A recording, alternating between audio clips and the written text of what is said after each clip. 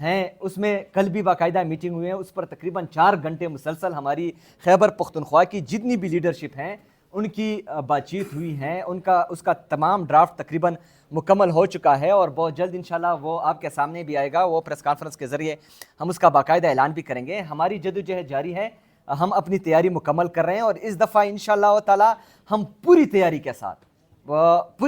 ساتھ پلان اے B C D ان کے ساتھ آئیں گے انشاءاللہ تعالی۔ اچھا، اپنے سر سہیل حفیظ صاحب